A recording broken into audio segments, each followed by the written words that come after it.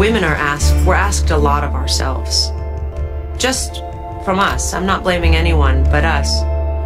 Just as a mother myself, and a wife, and someone who loves to work, the constant struggle of trying to be great at both is exhausting. And there is this tremendous pressure that I think working women, mothers, put on themselves to be everything, and you can't. You just can't. In contrast to Alicia is Kalinda Sharma, played by British actress Archie Punjabi. She's an in-house investigator who lives by a different moral code. Alicia's the good wife. Kalinda's definitely the bad chick. The type of woman who would do things that Alicia would probably never do. I guess I could just be confused. She's, very blunt about the fact that she'll flirt with people to get work done.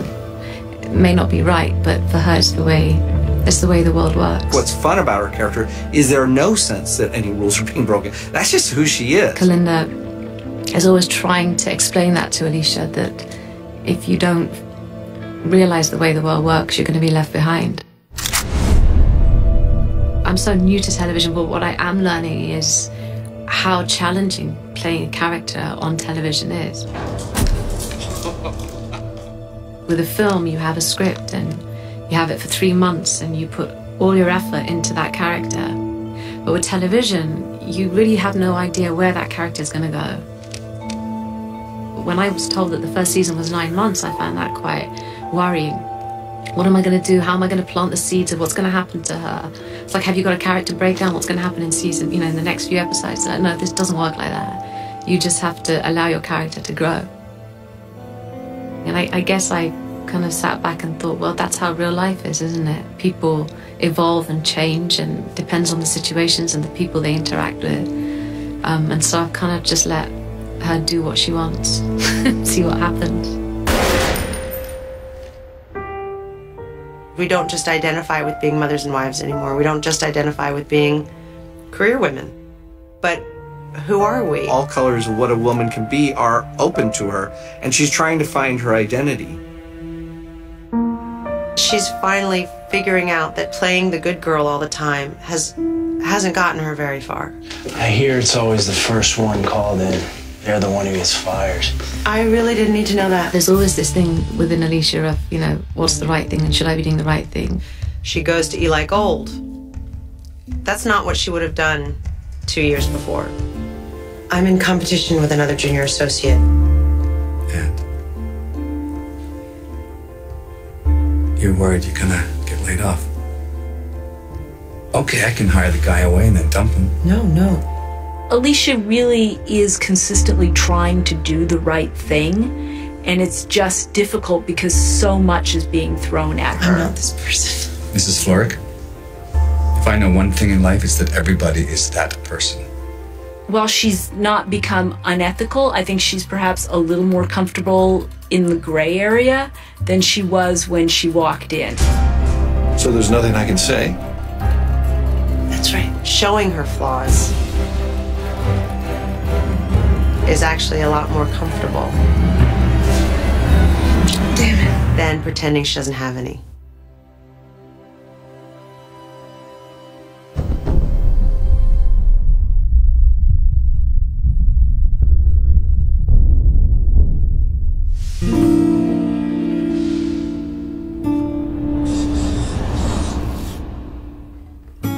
You okay? What do you think?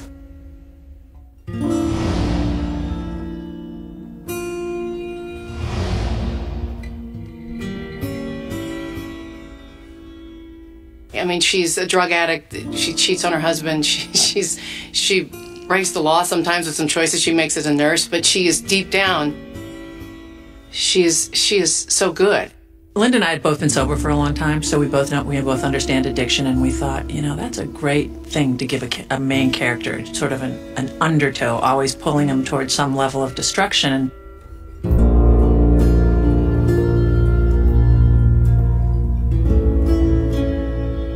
She really does think this is what she has to do to get through the day.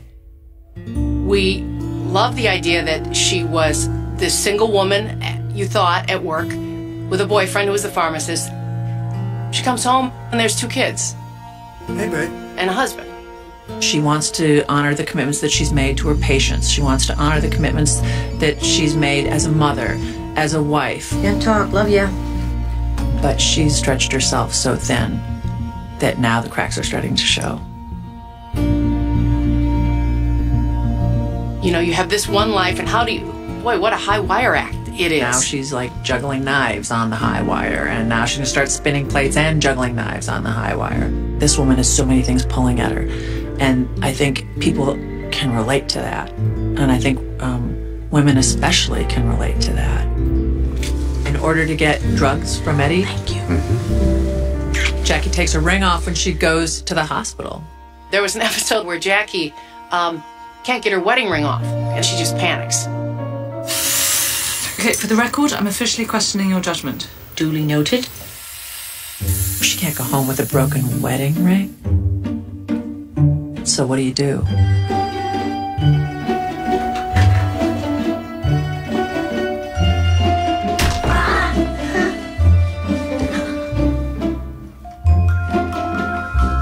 I understand, at least on some visceral sort of level, what it feels like for her. I really appreciate this. That's what I do. She has a lot of good intentions and really ultimately wants to be a good person and to help other people, but she is thwarted by her, you know, her inner chaos. And I think that's why people relate to Jackie, is because she is flawed. Everybody has secrets. Everybody has darkness. And as a writer, it's so exciting to really just tell the truth with this stuff. She doesn't care if you like her. She doesn't care if she looks good. She doesn't care how she looks in those horrible pants from the... You know, she's just kind of, yep, here I am. I so look forward to her sobriety. If she can free herself from this addiction, what's underneath, I think, is a pretty spectacular person. We tell pretty intimate stories. There's no cataclysmic events going on. It's little earthquakes, slowly but surely destabilizing the ground that she walks on and the world that she inhabits. And that's how drama is in real life. Make me good, God. But not yet.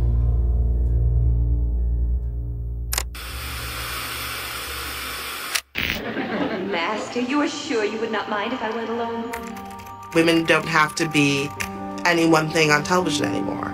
They can be anything. And I think that what makes that interesting for us is that we no longer have to turn on the television and see an image that feels like no women would behave like that. What is off limits at this point? It doesn't seem like, if it's within the realm of experience that I've had, that people I know have had, that the writers have had or known people, that it's all game. Women, by and large, over the ages, have needed to be liked and approved because that's all they had. They weren't offered jobs. It was, hey, am I cute enough for you, darling? The women on television now are in pursuit of other things. And yes, it would be nice if people liked them, but it's not their ultimate goal. We're so lucky as actors that television has embraced women so fully. There's so much more freedom to really be all the things that are human, even the ones that are sort of ugly. You can find somebody who reflects you on television right now. That hasn't always been the case. Not only is that more liberating, but it's way more creative and way more fun to play as an artist. I think the key to making great TV is to really reflect real human behavior, our hopes and dreams and struggles.